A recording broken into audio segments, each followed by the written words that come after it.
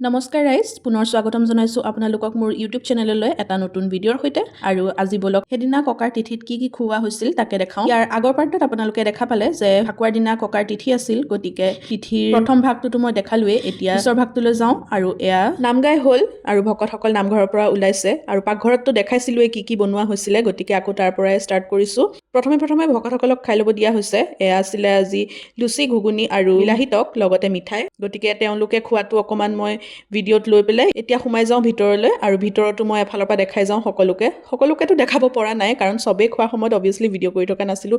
যেতিয়াই যাকে পাইছোঁ তাকে মই ভিডিঅ' কৰি লৈছোঁ। আৰু দুইটা ভিডিঅ'তে যিহেতু মই কৈছোৱেই ফাকুৱাৰ দিনা তিথি আছিলে, গতিকে আপোনালোকে গম পাইছেই আমাৰ ককাৰ তিথি ফাকুৱাত পৰে। গতিকে আমি সাধাৰণতে হোলী নেখেলোৱেই। গোসাঁই ফাকুৱাৰ দিনাই ককাৰ তিথি পৰে, পিছদিনাখন খেলিব পাৰি, হ'লেও আমি কেতিয়াবা মন গ'লেহে সাধাৰণতে নেখেলোৱেই। আৰু এইবাৰো তেনেদৰে খেলা নাছিলোঁ, সেইকাৰণে হোলী ব্লগ নাই। গতিকে পুনৰ লগ পাই আছোঁ এটা নতুন ভিডিঅ'ৰ সৈতে। তেতিয়ালৈকে ষ্টে টিউনড।